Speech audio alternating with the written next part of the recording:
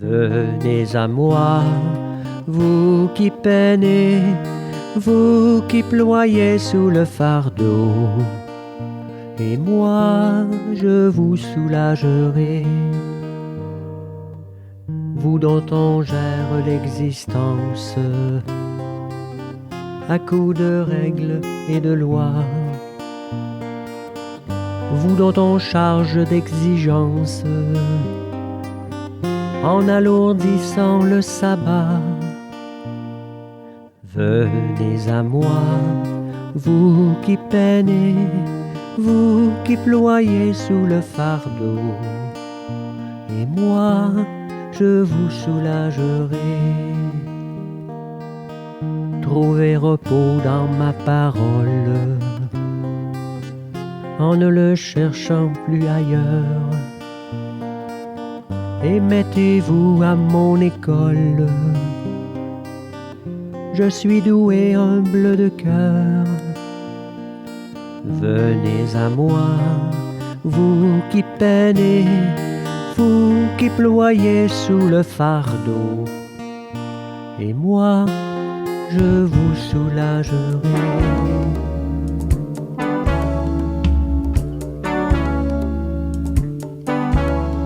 Viens, j'ai besoin de tes bras pour bâtir et pour aimer. Viens, j'ai besoin de ta voix pour instruire et consoler. Dieu, je ne suis qu'un berger, que dirais-je à mon roi? Je ne sais pas parler, il ne m'entendrait pas. Oui, je sais tout cela, mais j'ai besoin de toi. Viens, j'ai besoin de tes bras pour bâtir et pour aimer. Viens, j'ai besoin de ta voix pour instruire et consoler. Dieu, je ne suis qu'un enfant, que dirais-je au plus vieux? Tu sais bien que les grands te connaissent encore mieux. Oui, je sais tout cela, mais j'ai besoin de toi. Viens, j'ai besoin de tes bras pour bâtir et pour aimer. Viens, j'ai besoin de ta voix pour instruire et consoler. Dieu, je ne suis qu'un pécheur, que dirais-je aux gentils? Je n'ai rien d'un prêcheur au langage poli. Oui, je sais tout cela, mais j'ai besoin de toi. Viens, j'ai besoin de tes bras pour bâtir et pour aimer. Viens, j'ai besoin de ta voix pour instruire et consoler. Viens, j'ai besoin de tes bras pour bâtir et pour aimer. Viens, j'ai besoin de ta voix pour instruire et consoler.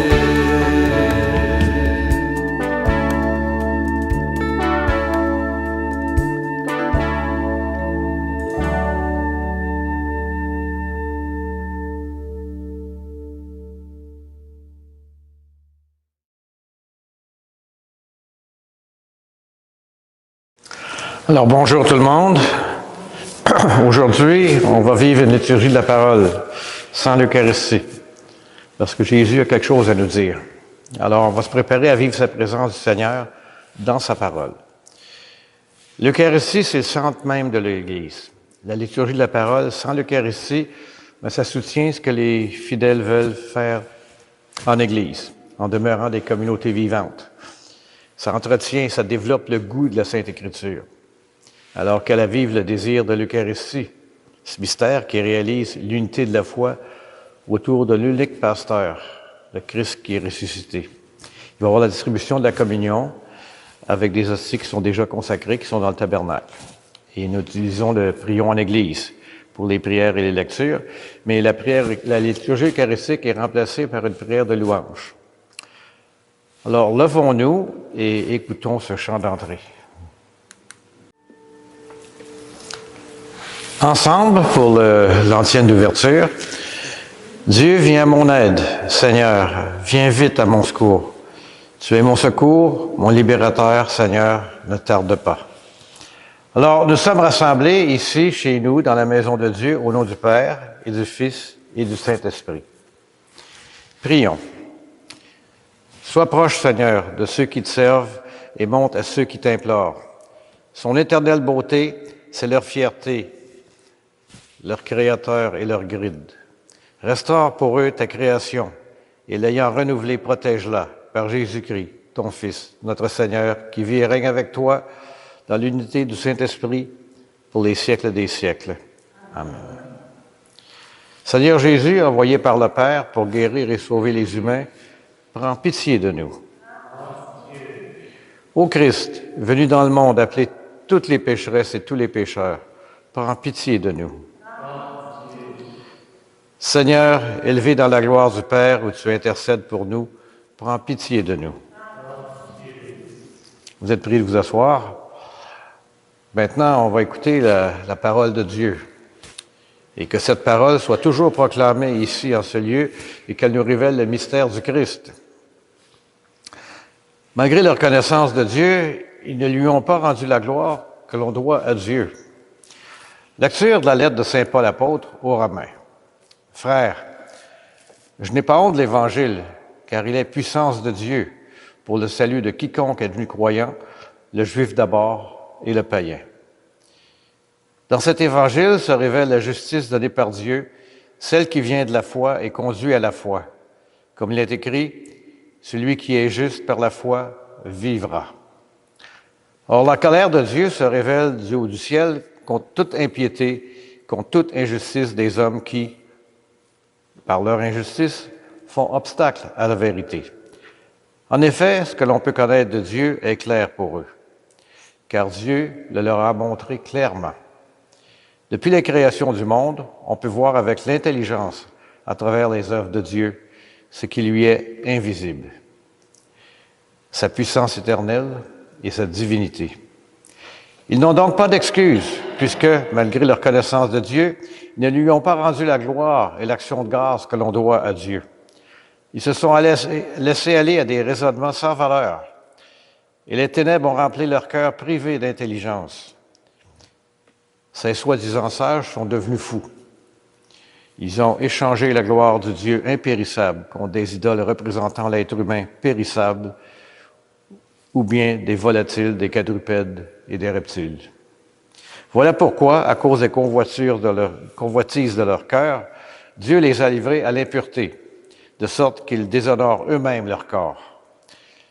Ils ont échangé la vérité de Dieu contre le mensonge. Ils ont vénéré la création et lui ont rendu un culte plutôt qu'à son Créateur, lui qui est béni éternellement. Parole du Seigneur. Alors pour le psaume, celui qui proclame la gloire de Dieu. Les cieux proclament la gloire de Dieu. Les cieux proclament la gloire de Dieu. Le firmament raconte l'ouvrage de ses mains. Le jour au jour en livre le récit, et la nuit à la nuit en donne connaissance. Les cieux proclament la gloire de Dieu. Pas de paroles dans ce récit, pas de voix qui s'entendent, mais sur toute la terre en paraît le message et la nouvelle aux limites du monde. Les cieux proclament la gloire de Dieu.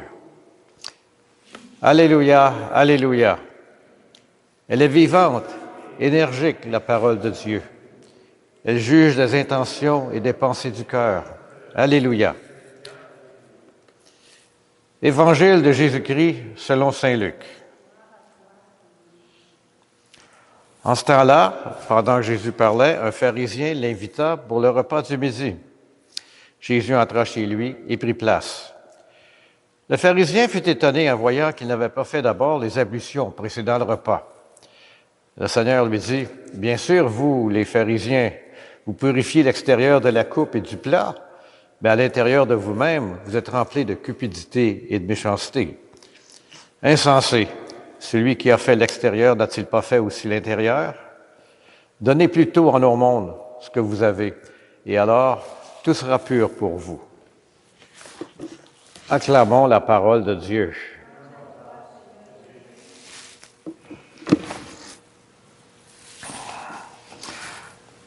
Alors, l'évangile d'aujourd'hui, l'évangile de Luc, nous plonge dans une scène qui peut sembler assez banale.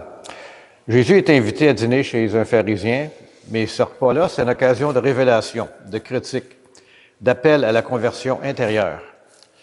Jésus reproche à cet homme et ses invités de ne pas prendre soin de leur apparence extérieure, de leurs mains, de leurs plats, tout en négligeant la pureté du cœur, la justice, la charité envers les autres. Il dit, vous, au contraire, donnez en aumône ce que vous avez de meilleur, et ainsi tout sera pur pour vous. Ce passage-là, ça nous invite à regarder au-delà des formes extérieures, des rituels, des apparences. Jésus ne dénonce pas la propreté ou le respect des traditions, il dénonce l'hypocrisie. Ça nous rappelle que la vérité, la vraie pureté, ça ne réside pas dans le simple respect des règles, mais dans un cœur qui aime, un cœur qui agit avec justice, tendresse envers les plus petits. Puis en parallèle, l'épître, la première lecture, nous éclaire sur la puissance de l'Évangile. Alors, Paul affirme avec force, « Je n'ai pas honte de l'Évangile, car c'est la puissance de Dieu pour le salut de quiconque croit. » Il nous rappelle que Dieu se révèle pleinement en Jésus-Christ et que c'est cette révélation qui se transforme le cœur humain. Mais Paul déplore aussi que certains, s'éloignant de la vérité, ont échangé la gloire de Dieu contre des idoles, des images fabriquées de leurs propres mains. Ils ont fermé leur cœur à la vérité, à la lumière de Dieu. Ils sont sombrés dans l'aveuglement et l'égarement. Et le psaume, quant à lui, ça célèbre la grandeur de Dieu qui se révèle à travers la création. Les cieux racontent la gloire de Dieu et l'étendue céleste annonce l'œuvre de ses mains. Chaque jour, le ciel et la lumière du soleil proclament sans parole la puissance et la beauté de Dieu. Ce psaume nous invite à ouvrir les yeux, à contempler la création, non seulement avec admiration, mais avec reconnaissance. Parce que c'est en contemplant la beauté du monde, nous sommes invités à reconnaître la bonté et la justice de Dieu, à laisser sa parole éclairer notre vie. Ces trois textes se répondent et se complémentent. L'Évangile nous met en garde contre une foi extérieure, formelle, qui ne transforme pas le cœur. Et Paul nous invite à accueillir la puissance vivante de l'Évangile qui libère et renouvelle. Et le psaume, ça nous appelle à contempler la création, signe palpable de la présence et de la fidélité de Dieu. Aujourd'hui, comme ce pharisien, on est souvent tenté à soigner notre image, respecter les apparences. Un chrétien doit-il paraître parfait, pieux, irréprochable? Oui, mais seulement si cette apparence vient d'une vraie foi, vécue intérieurement. Sinon, c'est vide, comme le plat que Jésus trouve impur parce qu'il cache ce qui est sale à l'intérieur. Jésus nous invite à une conversion profonde, à un changement de cœur, à une justice qui se manifeste dans la charité concrète. Donnez en aumône ce que vous avez de meilleur. Ça rejoint l'appel de Paul à ne pas avoir honte de l'Évangile, à laisser cette parole puissante pénétrer dans notre vie pour qu'elle nous transforme. Il ne s'agit pas seulement de mots et de traductions, mais d'une puissance divine qui renouvelle, qui répare, qui éclaire. Puis le psaume nous rappelle que cette transformation-là, ça passe par le regard. Ouvrir nos yeux sur la création, sur la beauté du monde, sur le visage de ceux qui nous entourent. C'est là que Dieu se révèle. C'est là que nous pouvons reconnaître sa présence. Dans la contemplation, la louange, mais aussi dans l'engagement concret pour la justice et la charité. Alors, frères et sœurs, notre foi ne doit pas être un spectacle extérieur, une façade que nous présentons aux autres. Elle doit être une source de vie, un feu intérieur qui éclaire toute notre existence, qui purifie nos intentions, qui nous pousse à agir avec amour, en particulier envers les plus faibles, les plus démunis. Alors, avec la semaine qui commence dimanche, je vous invite à vous poser cette question. Qu'est-ce que je donne au monde de meilleur? Non seulement à Dieu, mais à mon prochain. Est-ce que ma foi, ça se limite à des gestes extérieurs ou est-ce la force qui transforme mon cœur et mes actions? Est-ce que je laisse l'Évangile me révéler la vérité et la puissance de Dieu ou est-ce que je me cache derrière des apparences, comme ce pharisien? Alors prions pour que le Seigneur nous donne un cœur pur, capable de justice et de charité. Un cœur qui accueille pleinement sa parole et qui sait reconnaître sa présence dans la création et dans nos frères et sœurs. Alors que cette parole nous accompagne et nous transforme aujourd'hui et chaque jour. Alors je vous invite à prendre un temps de silence pour laisser les textes de la parole de Dieu qu'on vient d'entendre faire écho dans nos vies personnelles.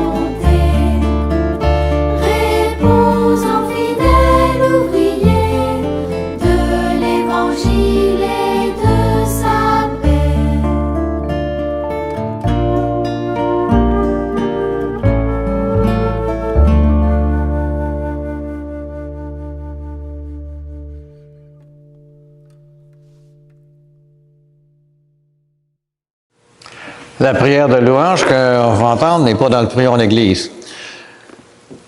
Mais en chaque partie de la prière, je vous invite à dire ensemble, nous te louons. Dieu notre Père, nous te louons, nous te bénissons. Au matin du monde, dans le jardin de la Genèse, tu cherchais l'homme et la femme, honteux de leurs péchés. Et déjà ton cœur inventait la promesse qui allait ensemencer l'espérance d'un amour plus fort que tout péché et toute mort. Dieu de tendresse et de pardon, tu as visité ton peuple. Tout au long de son histoire, tu ne l'as pas abandonné à sa perte. Tu as entendu le cri de sa peine et tu l'as livré de ses esclavages. Tu l'appelles sans cesse pour lui prodiguer tendresse et amour. Dieu riche d'amour, ce n'est pas assez pour ton cœur de père qu'à ce peuple élu. Tu as voulu prodiguer à toute l'humanité la richesse de ton amour. Alors tu as visité ton peuple, penché sur Marie, ta créature. Tu attendais le oui de la foi qu'il associe à ton œuvre de salut. Nous te louons. Dieu de tendresse, tu nous as visités en Jésus, ton Fils bien-aimé. Il est venu nous convier au banquet du royaume. Il est venu chez nous pour que nous renassions à la vie. Il est venu nous redire ta tendresse et nous révéler ton visage de Père. Dieu de vie, tu as relevé au matin de Pâques Jésus, ton Fils perdu dans la mort. Prince de la paix, il remet les péchés pour que tous les peuples chantent de joie tes merveilles. Nous te louons. Dieu de fidélité, tu visites encore ton peuple aujourd'hui. Tu rassembles en un seul corps, par la force de l'Esprit, tes enfants dispersés. Il manifeste sa tendresse aux plus pauvres et aux plus démunis, à ceux qui cherchent sans trouver, à ceux qui désespèrent, pour qu'un jour nous soyons tous réunis auprès de toi, Père, pour chanter notre allégresse avec Jésus, ton Fils, dans l'esprit d'amour.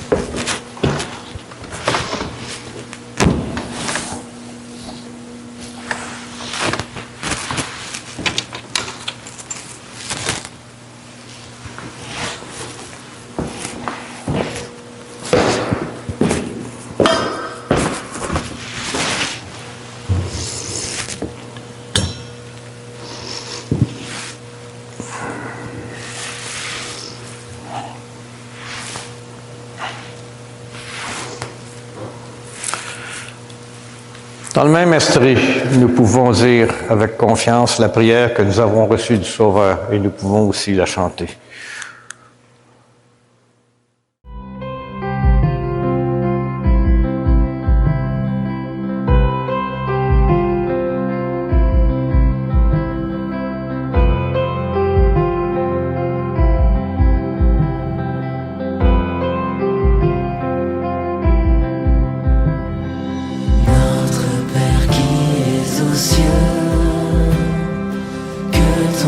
Soit sanctifié.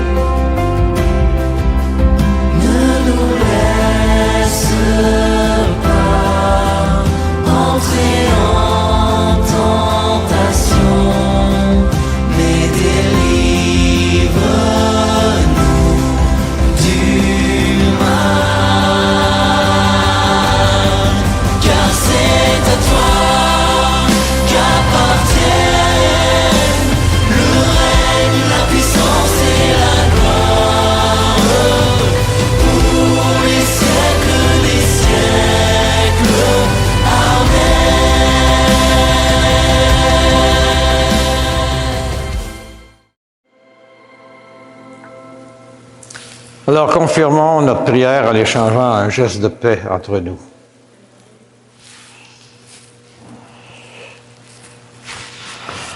Après avoir reçu la parole de Dieu avec foi, nous allons partager le corps du Christ.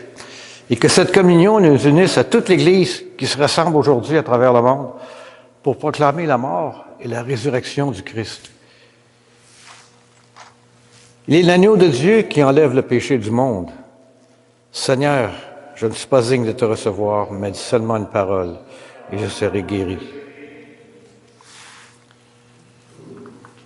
L'antienne de communion, je suis le pain de la vie, dit le Seigneur. Celui qui vient à moi n'aura jamais faim. Celui qui court en moi n'aura jamais soif. Le corps du Christ.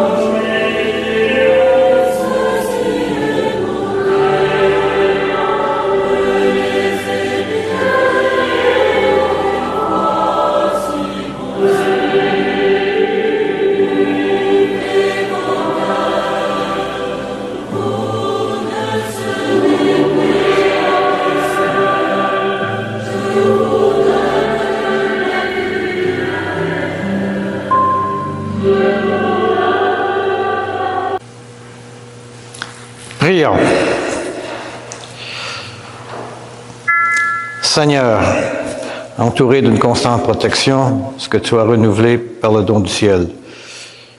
Puisque tu ne cesses de les réconforter, rends indignes de la rédemption éternelle par le Christ, notre Seigneur. Amen. Et que le Seigneur nous bénisse et nous garde, qu'il fasse resplendir sur nous son visage, qu'il nous accorde sa grâce, et que le Dieu Tout-Puissant nous bénisse, le Père, le Fils et le Saint-Esprit. Allons dans la paix proclamer l'Évangile du Christ.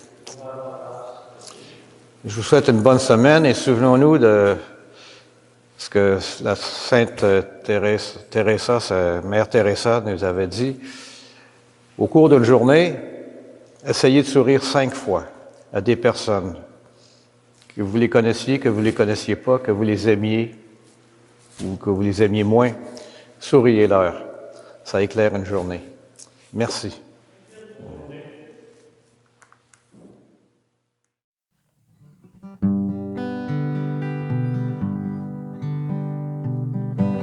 Va plus loin, va plus loin. Même si tu te crois arrivé, va plus loin, va plus loin. Le voyage est à peine commencé et la route est encore longue vers la fraternité et l'horizon de l'amitié. Viens, suis-moi, mon ami, n'aie pas peur, même si l'obscurité nous aveugle. Je suis là et je marche avec toi. Ensemble nous irons, l'espoir au fond du cœur. Car au bout de nos peurs et au bout de nos peines, il y a la lumière tout au bout du chemin. Va plus loin, va plus loin. Même si tu te crois arrivé, va plus loin, va plus loin. Le voyage est à peine commencé et la route est encore longue vers la fraternité et l'horizon de l'amitié. Je suis là, mon ami, près de toi, même si tu redoutes d'être seul. Je suis là et je marche avec toi. Je te donne la main pour aller sans faiblir. Et la joie dans le cœur, va, regarde plus loin. La lumière promise est au bout du chemin. Va plus loin, va plus loin. Même si tu te crois arrivé, va plus loin, va plus loin. Le voyage est à peine commencé et la route est encore longue vers la fraternité et l'horizon de l'amitié.